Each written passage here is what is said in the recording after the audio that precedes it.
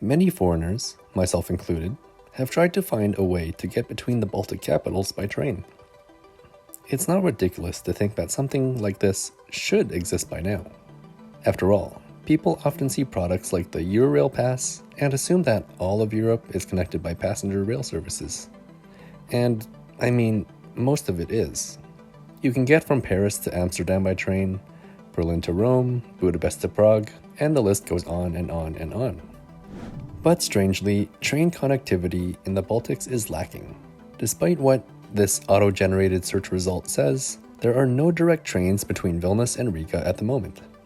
To quote the train travel website seat61.com, train travel between the Baltic states has become a bit of a shambles in recent years, with buses the most common way to travel between the capitals.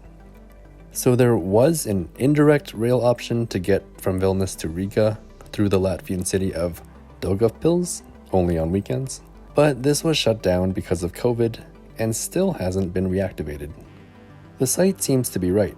If you want to get from Vilnius to Riga, you're better off taking a coach bus such as Ecoline's, Flixbus, or Lux Express. Or you can just take an Air Baltic flight. It doesn't seem to be too much better when trying to take the train between Riga and Tallinn. According to thecommontraveler.net, in a post written in July 2022, there is no direct route between Riga and Tallinn. The site says, in order to go from Riga to Tallinn, you'll have to switch trains in Valga, Estonia, which sits along the border with Latvia. There is only one daily train in each direction. The duration of this trip is 11 hours. No thanks.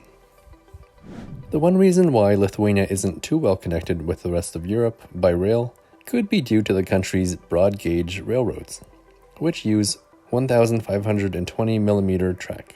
Most railways in Europe, on the other hand, use the standard gauge of 1,435mm.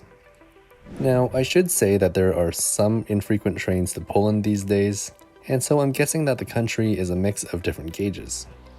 But anyways, all of this poor train connectivity is set to change once the ambitious project known as Rail Baltica is completed. Using the standard European gauge, Rail Baltica is a massive rail transport infrastructure project which aims to integrate the Baltic states into the European rail network.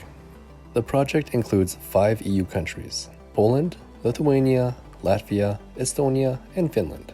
According to the project website, it will connect the cities of Helsinki, Tallinn, Pärnu, Riga, Panevėžys, Kaunas, Vilnius, and Warsaw.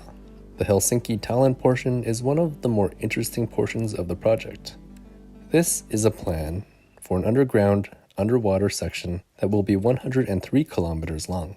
If this goes ahead, then it will be the world's longest undersea railway tunnel. This doesn't seem to be a priority of the project and will probably be the most expensive part of it. The Rail Baltica site right now shows the connection to Helsinki being a ferry and lists Finland as an indirect partner. So, yeah, who knows if or when that long underwater tunnel will happen. Rail Baltica says that once the project is complete, trains will connect the Baltic capitals every 2 hours. This will see high-speed trains from Tallinn to Warsaw and from Tallinn to Vilnius as often as 4 times per day. Up to 10 trains per day will run on the Vilnius-Kaunas-Warsaw route, and there will be 2 night trains on 2 routes: Tallinn-Riga-Kaunas-Warsaw-Berlin and Vilnius-Kaunas-Warsaw-Berlin.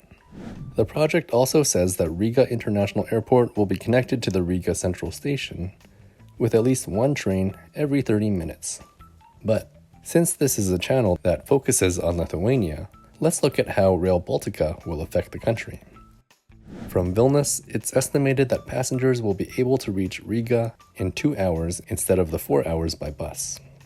Vilnius to Tallinn will take a little less than 4 hours compared to the nearly 9 hours it would take by bus.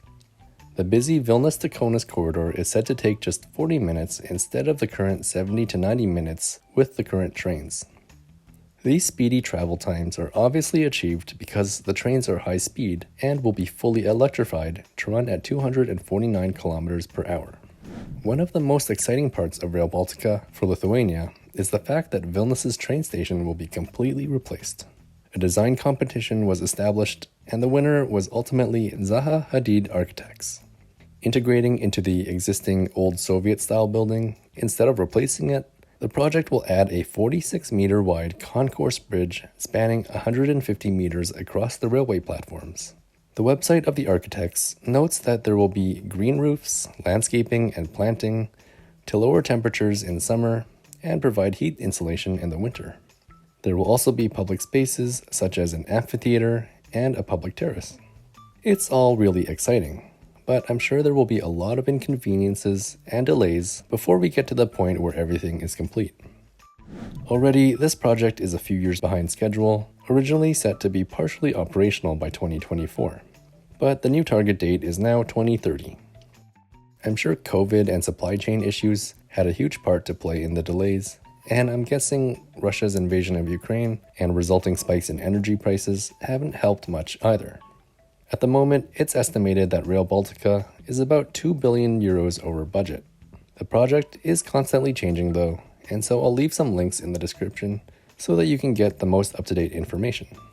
We'll have to wait a few more years to get high-speed train service from Lithuania to Poland and to the other Baltic countries, but hopefully it will be worth the wait. But what do you think of this project? Are you excited about it? Please share your thoughts by leaving a comment. I will end this video with two things, the Lithuanian word of the day and a bit of news. So first, the Lithuanian word of the day is geležinkelis, which means railroad. Quite literally, geležinkelis translates to iron road, since iron is geležis and road is kelis. I think that's pretty fun. The second thing is a little bit of news. I've now launched the website lithuaniaexplained.com. Here you'll find the article equivalent to some of my videos, but I hope to use this platform to deliver more content and stuff that might not exactly be worth an entire video, but might still be worth discussing. So I really hope you'll check it out and share it with people who might be visiting Lithuania sometime soon and want to do some research. But that's it from me. Thanks so much for watching, and thanks to the patrons and channel members that support my work financially. I'll see you next time.